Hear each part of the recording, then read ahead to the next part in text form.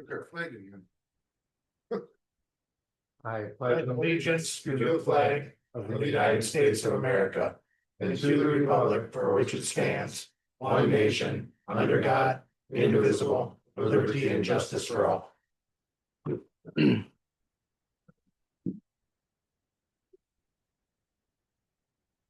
evening, and thank you for being here tonight. This is the February regular school board meeting of the Becker School Board. We will start tonight with public forum. We have one speaker, Emily Jenkins. Is Emily here?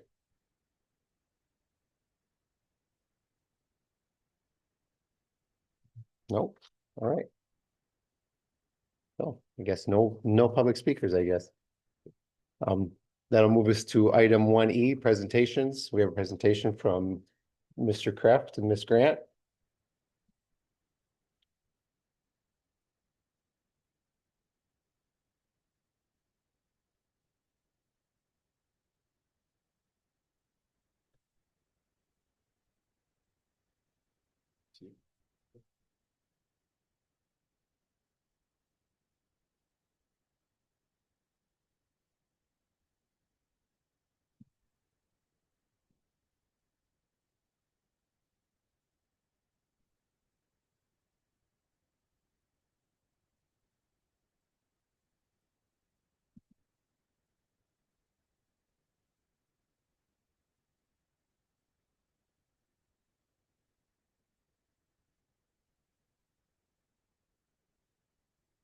All right.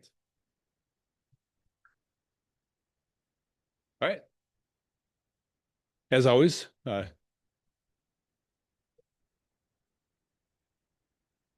thanks for the opportunity to come and speak about the high school, just some updates. And tonight, Ms. Grant and I are presenting on Everyday Advisory. So I will have the first half of it, and Ms. Grant will have the second half. So Everyday Advisory, just some background on it, and this predates me. We had for a long time, we would have advisory every Tuesday and Thursday. Every Tuesday, generally would be some type of activity designed by our grade level leaders, pushed out to the advisors, and then they would lead students through that. And then Thursday would be intervention, where students could catch up on their work on quizzes they may have missed, etc. So Monday, Wednesday, Friday, we would have a different schedule than Tuesday and Thursday, which would get a little complex for people coming into the building, PSEO students, guest speakers, to keep those two sets of schedules in line. So some challenges, as I said, just those different schedules. We have some shared staff with the middle school. Each year there's a couple people that we share with the middle school, one Phy Ed teacher with the elementary, so coordinating those schedules could be difficult. Other topics, this time of year it gets really busy as we're doing registration. So in that schedule that I mentioned, having advisory 2 days a week, it was tough to get all of those different things accomplished. And we didn't want to take away class time, but there are essential tasks that we need to take care of, like registration is going on right now. Certain surveys, we push out reminders that we have our advisors assist with. Food service employees too, navigating those two different schedules. And early releases with activities, in the spring, with so many activities leaving early for their different events, that's really where this topic started. Our department chairs mentioned how difficult it is when kids are leaving early so frequently. And that's how it is with spring activities. When you're playing a baseball game at 4:30 in Chisago Lakes, there's really no options. So that's kind of how this challenge started, is just that difficulty with early releases, and how do we make sure kids get caught up. So IROD, I've spoken about IROD. Many of you have been through the IROD training before. So about this time last year, and it had been brought up other years, our department chairs were interested in Everyday Advisory. Again, it was really, I think, encouraged by those early releases. So we explored different times of day. schools do it differently. Our advisory is, well, our schedule goes first block, breakfast break, and then into advisory. We looked at some different schedules that had it, right at the beginning of the day, middle of the day, and then end of the day. And just talking to some other places, we did decide that where we place it during the day is most appropriate. So then with the department chairs, we use the IROD process. IROD is information. Okay, what do we know? R is reactions with this information. How do we feel about it? Talked about some different options, including that time of day when advisory is offered, and then reached a decision. So this is one of those things where the teachers had brought it to myself and Mr. Balloon last year, and they really wanted to do this. So with that momentum, we worked on some things administratively that we could do on our end. So last spring, we put together a committee. Department chairs had good feedback, but we wanted some different perspectives to get some more teacher leadership part of the process. So we formed an advisory ad hoc committee that met weekly for a while and then every other week. We piloted everyday advisory for the month of April just to see how it went. Collected some feedback from the entire staff, but really from that advisory ad hoc committee, how it's going, how we can improve it in the moment, and then looking toward the future. And then after that pilot in probably early May, I had all staff vote, and I made sure that all certified staff did cast the vote, and we had 80% of staff members vote yes to move to everyday advisory, which I think is a pretty impressive number to get that large of a majority. We did make sure we heard the voices of the 20%, like what were your concerns as we moved toward this, and there were some things that we could tweak in the system that they wanted to see from everyday advisory. With that vote, we asked, now that we're doing this for next school year, okay, so we knew in May that we were doing it for this school year, what do you want us to spend our summer on, with this work? Number one was an updated pass system. We've had the technology, for a long, long time. We're still using paper pass systems or a paper pass system. So looking at an electronic pass system, and Ms. Grant will talk about that a little bit. Equalized class lengths. So now if you look at our daily schedule, the blocks end at odd times, but all of the blocks are within 2 minutes of each other. Clarity on which days are lessons or activities versus intervention. So we stuck with Tuesdays for those lessons and activities. The rest of the days are intervention. Again, Ms. Grant will talk about that a bit. Ensuring a purposeful student destination. So when students are using the PASS system, they're not just going to visit their favorite teacher to hang out with their favorite teacher or their buddies in that space, but having a reason to go to that other teacher. And then also a process for certain clubs or groups to meet during advisory. All right, so then this summer, it was kind of the changing in the guard with Mr. Balloon retiring. So we worked on part of this, Brian and I, and then as Ms. Grant, as Kaya arrived, we carried that torch. So now this is what we have. Thanks again for having us. So as we stepped into 2025, 2026, the focus this summer was really to research a PASS system. We cast a wide net in terms of different companies and things like that we could network with to get a PASS system. Just really analyzing the cost of that, though, was something that we were concerned with. So we ended up developing an internal PASS system with Google Forms internally so that teachers would have access to it via Google Docs, Google Slides, things that they're familiar with. And then we've used that. Students are able to fill out the form on their destination, show that pass to their teacher, and then that's their pass in the hallway as well. So that's worked really well for us in terms of cost and everyday use. Focusing again too on a specialized activity on Tuesdays. So on Tuesdays is when advisories focus on the lesson. We align that with monthly themes. So September through May have themes that advisories follow to be able to have those lessons on Tuesday. Again, with that PASS system, really focusing on the purposeful student destination. So when a student signs out, they're going somewhere with a purpose to work on a biology assignment or something like that. It has to be really specific. It's not just biology homework, it's biology unit 1 lesson 2. That consistent daily class schedule has been really helpful for us. Every day is the same, so no one's wondering what day is it, what hour is it, things like that. We've really worked through that.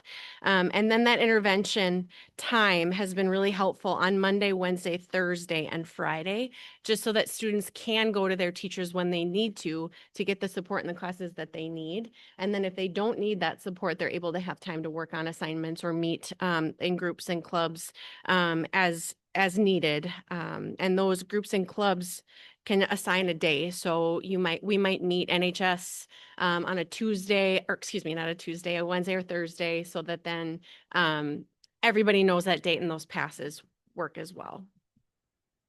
So the impact this year, we've cut down on some of the after hours meetings that kids need to have scheduled during sports and things like that. Groups and clubs are able to meet during advisory as needed. The ease of scheduling, when we have Pep Fest, we can have them during advisory, so the schedule isn't impacted too much. Sometimes we move around breakfast break a little bit, but we're able to really do those scheduling things during advisory, registration, our drills, Alice drills, fire drills, things like that. Students are self-reporting that structured time to complete assignments with support is really helpful, particularly in IEP meetings. I hear a lot of students who are really grateful for that time and help to get what they need. We also can use advisory time if there may be a parent and student meeting as necessary. And then that also allows teachers prep time before and after school as needed, because they have that built-in time during their school day, and also allows them more time with students as need be during the day. What questions may you have?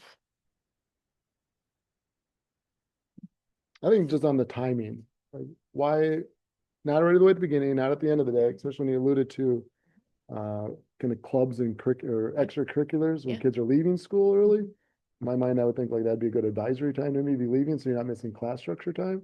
So I don't know if you want to share on why that timing is. Yeah, the equitable access for students to be able to have that time, sometimes, a student who is in sports shouldn't be penalized because they leave during the day to be able to get that help. I think that's part of it. Do you speak? Yeah, and one of the concerns with end of the day is, are you going to be able to retain, some students if that's how you end your day?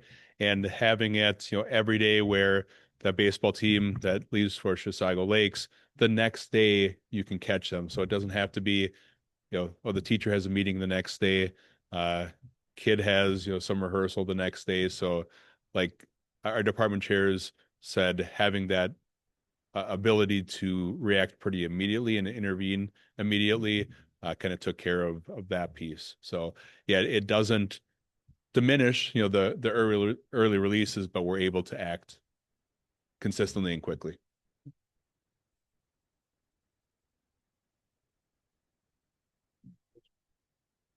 Do you have anything to say? I think it's been pretty helpful, especially in the fall when I cross country. I could catch up on my work and the advisor that was every day, because previously we only had one day where we could go get help from teachers or something. It's really nice that we can do it almost every day now.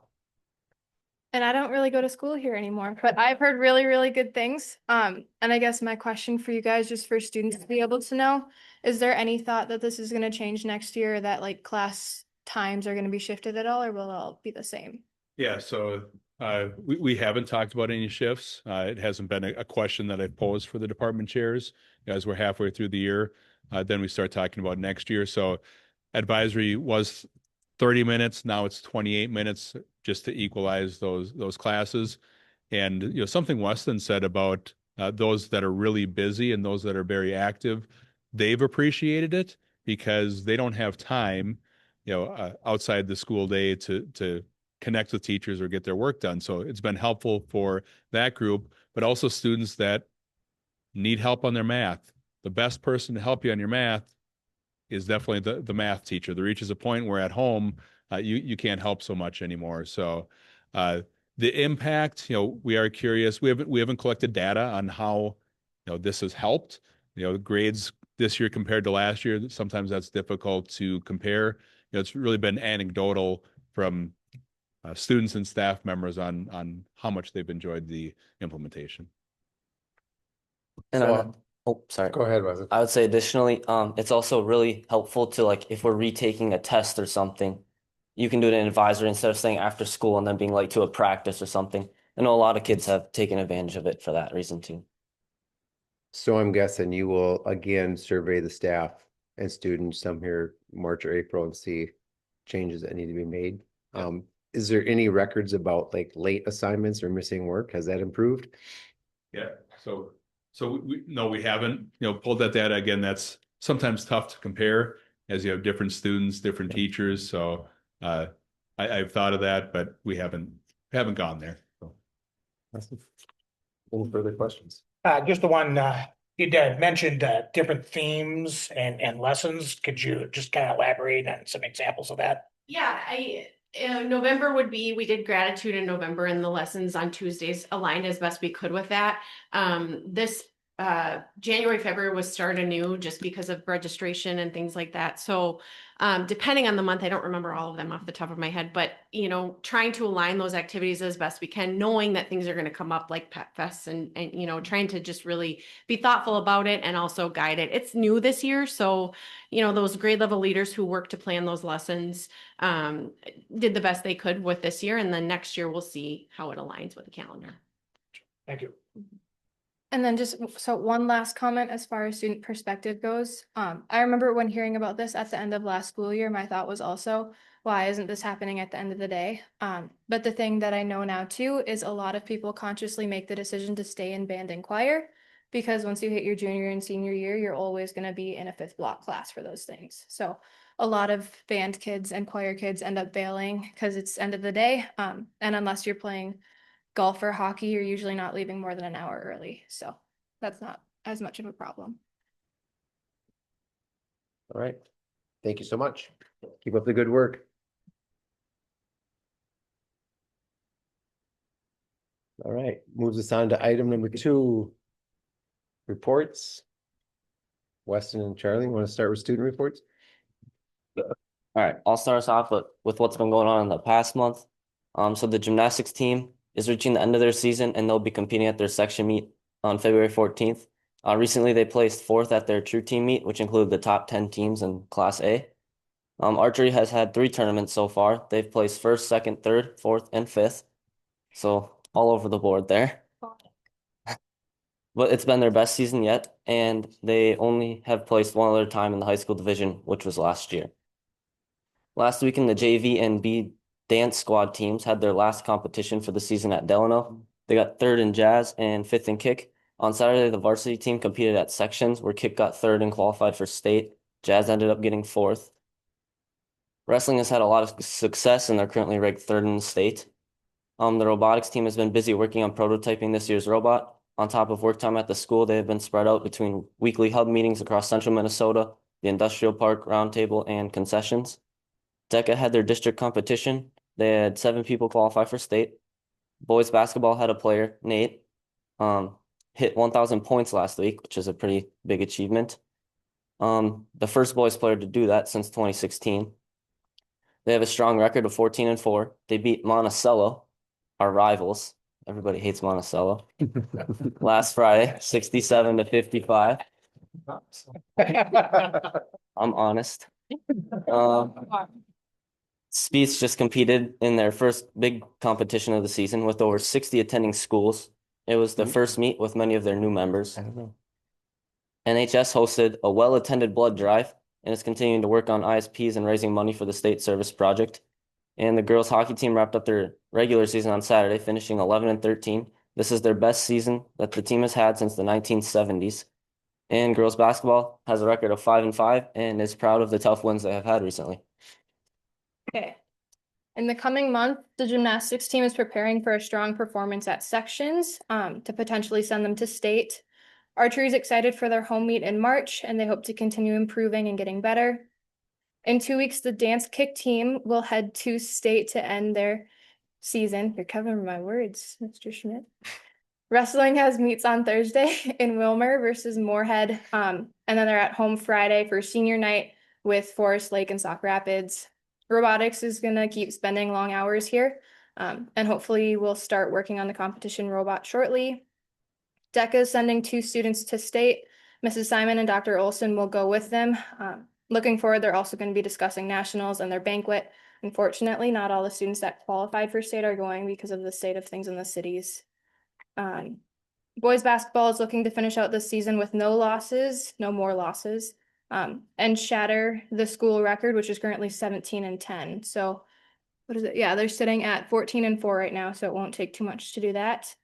NHS is planning their next blood drive. Girls hockey has a section quarterfinals game this Wednesday against Orono. Speech is working to grow interest in their team from inside and outside the school. And girls basketball has games coming up against Zimmerman and North Branch. Any questions?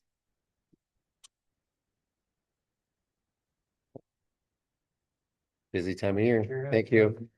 What? State tournament time. Fun Yep. times. Yeah, next month will be even longer. So, all right, thank you. Item 2B, superintendent report. The MASA and MASE Spring Conference is on March 19th and 20th. I'm registered, Carla's registered as well to attend those parts of the conference. I'm also attending the American Indian Education Conference on some of those same days. I also signed up to do a breakout session as well, leadership breakout session during that conference too. We continue to evaluate and audit our energy use. Our current energy usage per square foot is the lowest at 44 kilo British thermal units per square foot.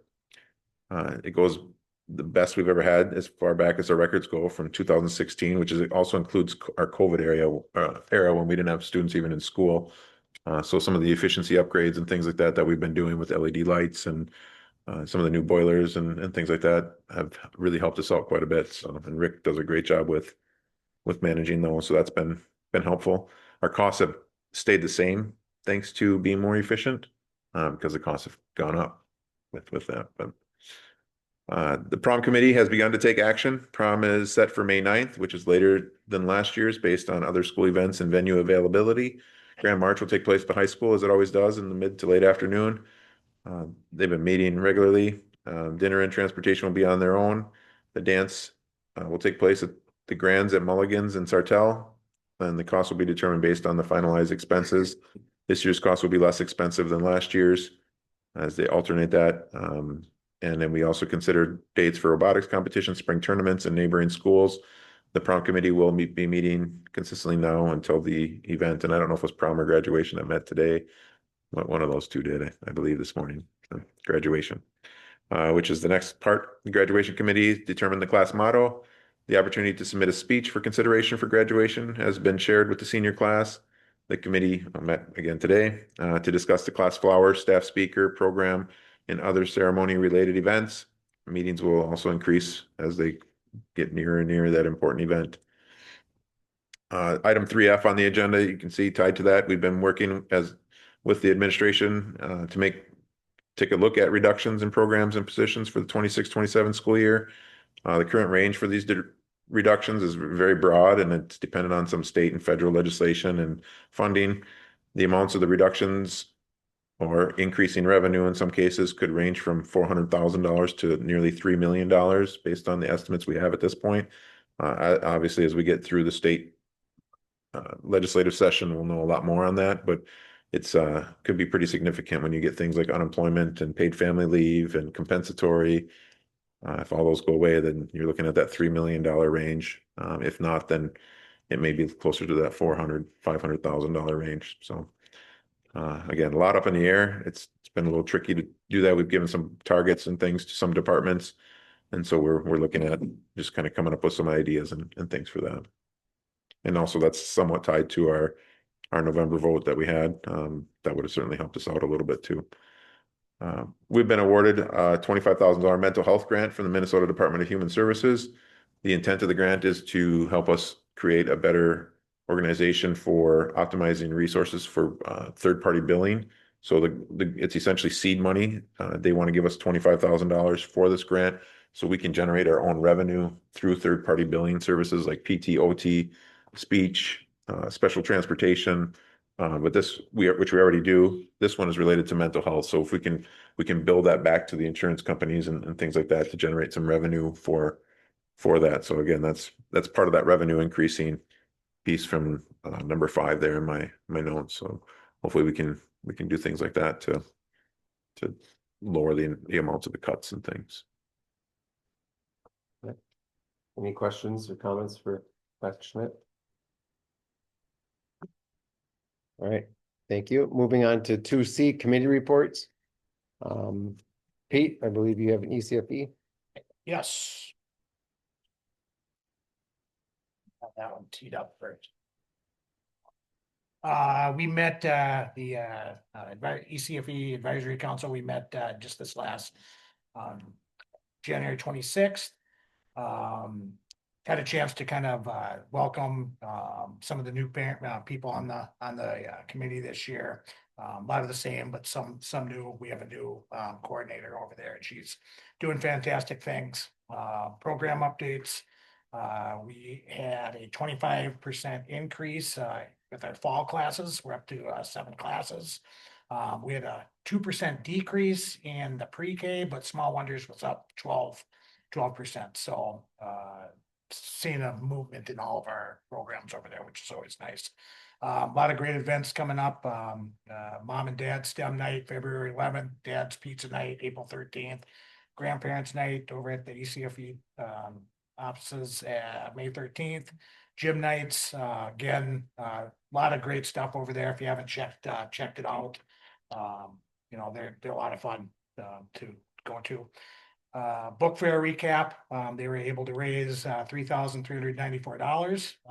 And we had a lot of great volunteers that made that happen. So just wanted to thank everybody for that.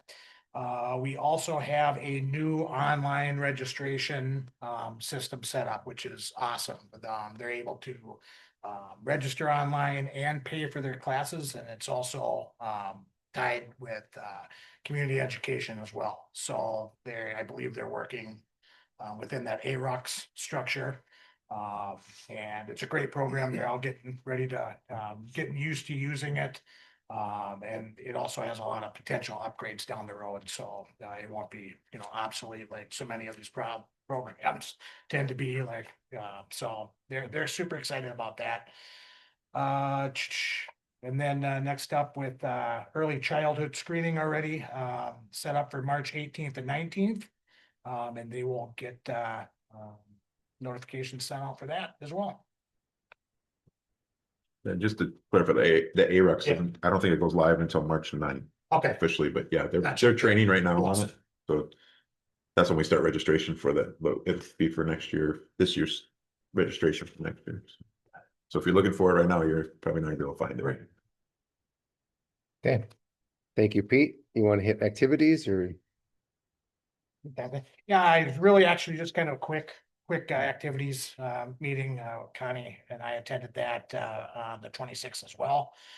We had Max Edbert come in, kind of speak about the games club. Currently they still have, you know, quite a few kids that, you know, partake in that. It's more of a social thing, you know, right now. But we're set to, you know, move if anyone decides they want to make it more competitive and push, push the boundaries.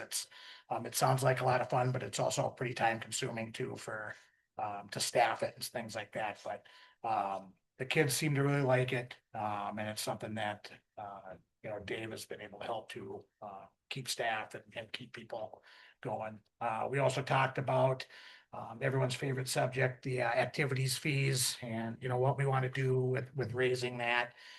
We do have that added trainer expense, but again, a lot of positive feedback with the trainer, things like that. But still looking for a way to bridge that gap for where we were. There is still talk of possibly hiring a firm to come in and manage our weight room. That's still kind of in the early stages as well, but apparently they'll come in, they'll manage, someone will be in there all the time. They can put programs together for, you know, for the kids. So we've been told a little bit more about that this time. So more information to follow on that. And then again, as far as the, you know, we're on the fees, we have a standard fee for all of our sports. So when it's, you know, same for football, same for baseball, same for whatever. Some schools have begun to change the way it's more of a sliding scale where it might be more to play football, depending on, you know, the equipment costs and things like that. So that is also kind of being discussed, is what's best for Becker right now. I mean, do we change how we're doing it? Do we continue just up the pricing, but we don't want to just raise prices to raise prices either. So currently we're kind of right in the middle of where we are at in the conference as far as sports fees go. So we'll keep monitoring and bring more information as it becomes available. Anything else, Connie? Yes, Emily? Nope, you covered it. I have one more, just keep, sorry to Yeah. keep adding, but I don't know if you guys talked about it at Activities Council, but I did get word from Annandale Schools on the lacrosse agreement that we voted for a month or two ago. They did not approve it from them, so Okay. that co-op will not be happening at this point. Yeah, I don't know if they knew, thought they were the one that wanted to do it. well, yeah. All right, thank you, Pete and Connie. Corey, you have a track and then a curriculum. So we met on Monday, January 12th, just kind of a little bit, we have some new members, some new people have joined. Looking for maybe a little bit of new direction with that committee, trying to make sure that we continue to increase our community awareness for what our kids need, right? That's the whole goal of track. So we are looking, there'll be kind of more info coming, but kind of some new plan that's going out is kind of looking for some businesses that also would be committed to fostering that positive mental health awareness for all of our students in our district. We're looking at 3 main events, trying to really just focus in, dive in, make sure we can really do a nice job with the fall speaker for the students, the kindness week that we do, and then our mental health awareness month. Just kind of making sure that we touch on those 3 areas and kind of give a lot of good emphasis on those instead of trying to do something all year that really has a good targeting. So trying to get a little bit more buy-in from the community within a school, and then just kind of focusing on a couple, 3 activities. So that's where that one's headed. I think a really good direction. Really good. We just met on our district curriculum advisory just before this meeting. A lot of discussion really basically around the achievement and integration plan or grant that we apply for. So it's a $250,000 grant that we do apply for every 3 years that we go for. It is used for, so make sure we get this right. It helps pay for 2.5 teachers, reading specialists in our building, along with some curriculum. So it's a really valuable grant that we'll apply for. You do have to have 3 goal areas. Our current goal areas are that we're looking at are improving our foundational reading skills in our students, especially the ones that are struggling learners, improving our student engagement, so just within the classroom. And lastly, was to continue to improve and give our students an opportunity to go out and get some, with other districts, some multicultural learning opportunities with other districts that surround us and be a part of us. So that is some of the information there. If you have any interest in exactly what the goal states or how it's stated or some of the strategies that are being used, you can please reach out to myself or our district curriculum advisor, Carla Nolan. We can share those with you. That plan will come to our board minutes next month for us to approve. So if you have some questions on that in the next month, let one of us know. We can help share some more info on that. Thank you. And then I just have a co-op update. We met last Thursday, the 29th. Really not much, straightening out some staffing, reducing 1 position and replacing another, taking a look at adding some more space maybe to Monticello. We'll know more about that hopefully at the March meeting where we meet. Other than that, just kind of status quo. So are there any other committee reports? MSBA and all that. Oh, MSBA, anybody want to speak on the MSBA conference?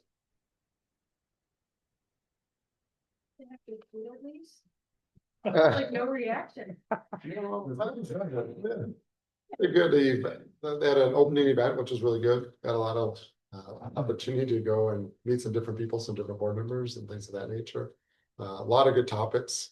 I did attend. My big one is concern is the paid family leave, which is, it's scary that that's out there. I mean, it's 20 weeks of paid leave for any employee. So that'll be interesting to see how that affects school districts. And I'm anxious to see when the money runs out, whether it be May or July or how soon that runs out, because the different people I was sat around had already talked about the high numbers of staff that they had applying for that already. We also did see a really nice robotics expedition or Yeah. that was there. I don't remember what school that was there promoting. Somewhere down south. One south and The one north. Frazee, maybe Frazee, I think. What was like They only the know northern numbers. cooperative? Yeah, we don't know enough. 2 no. It was really funny because Because we were. they Yeah, approached because us and we're Becker, like, they're no, like, we're from Becker. Yeah. So they already knew. They all were- yeah, of it. but there was a lot of good student presentations too. That were there. Yeah, the one from Monticello was really good. Yeah. Actually, we have like a cooperative. For So, Middle school did a presentation, their STEM lab. There was one that we met from about the wheels. In senior citizens around from the school and connecting young kids with the senior citizens in the community. So that was a positive too, something that we're talking with community ed about, so. all right. Yep. All right, moves us on to item number 3, consent agenda. I'll make a motion, we accept the consent agenda.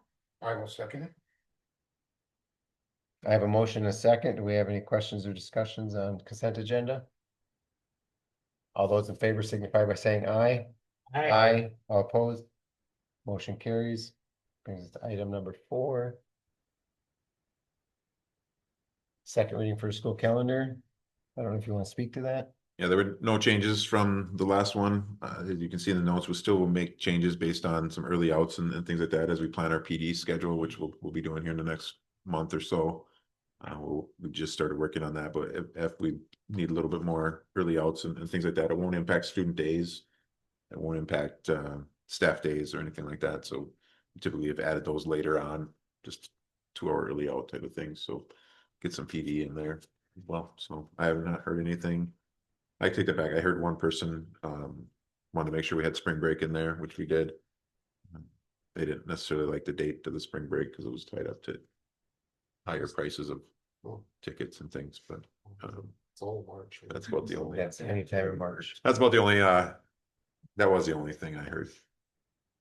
When we were in calendar committee meetings, there was a lot of questions about possibly looking at calendars 2 years out. Is that something we've considered doing or not so much? Yeah, and like I shared at the calendar meeting, I think it's something we can do. It's just tricky when you have to, if things come up or different projects and things like that. So it gets tricky where we run into trouble also, like is testing or assessments and PD and things like that.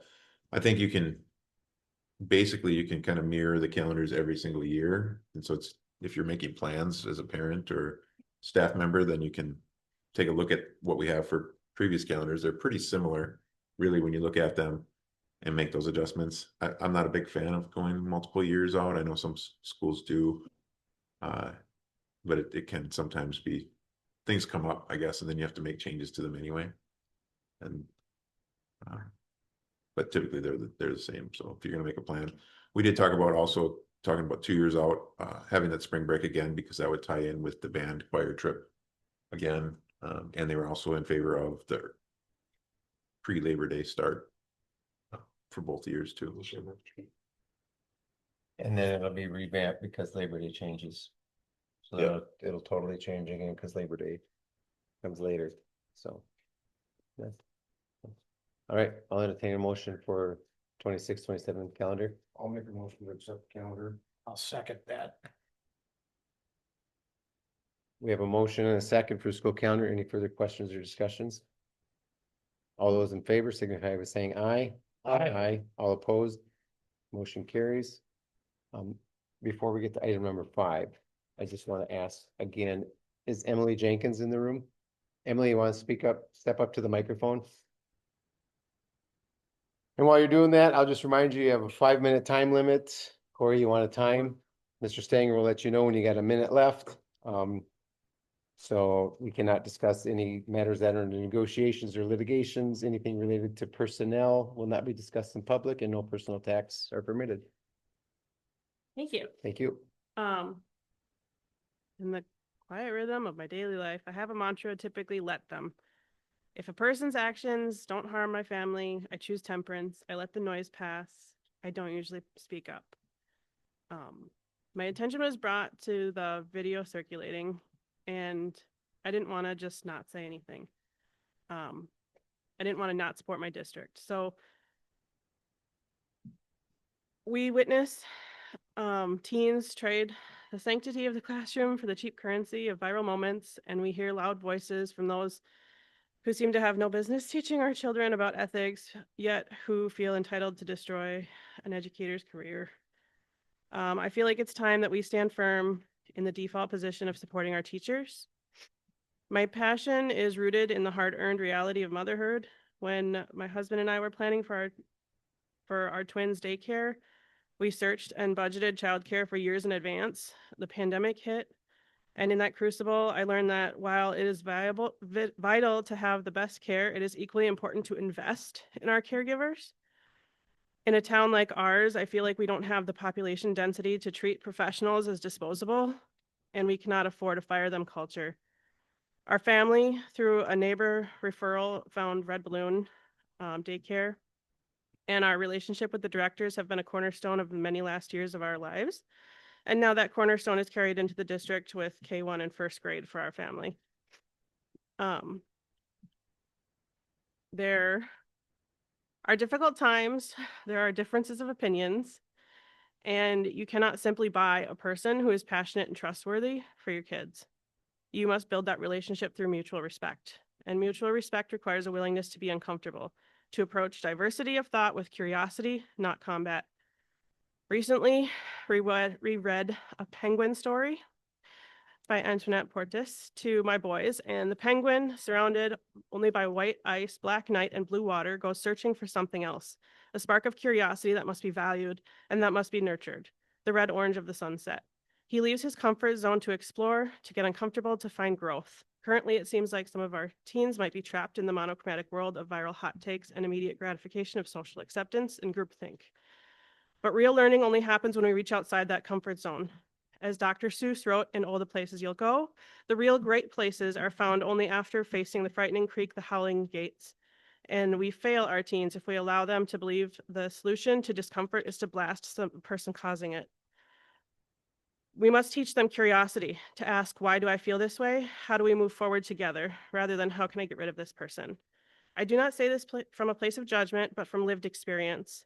Before I was the mother of twins, I helped raise my teenage brother through a season that would have broken many.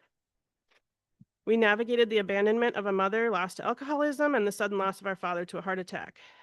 I know what it looks like when a teen is spiraling. I know behavior problems often hide a deep need for nurturing, boundaries, and strong foundational moral compass.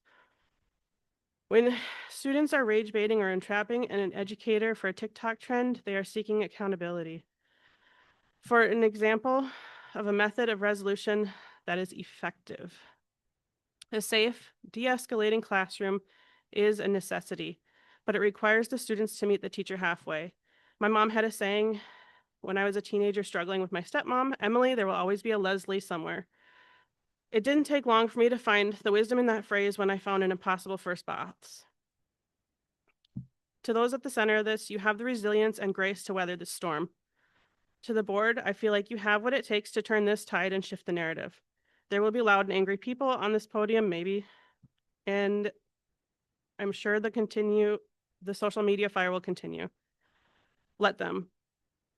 Standing firm on ethics is the highest form of love and support we can show our students and staff. I propose a culture of repair, teaching the de-escalation as a life skill, perhaps led by our sheriff or police chief, a strong, respectable, and undisputable mentor. When we can teach students that facing different perspectives is a sign of growth, not a reason for target or attack. I do also believe it's important to quickly reinstate the bathroom doors if that hasn't been done.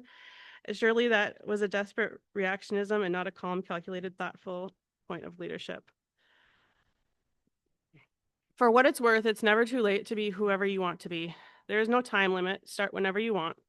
You can change or stay the same. There are no rules to this thing. We can make the best of it or the worst of it. I hope you choose to make the best of it. I hope you see things that startle you. I hope you feel things that you've never felt before.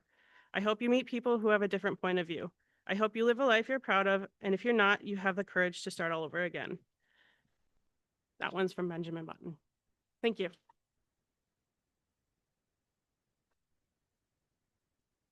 All right. Bring this to item number 5. We have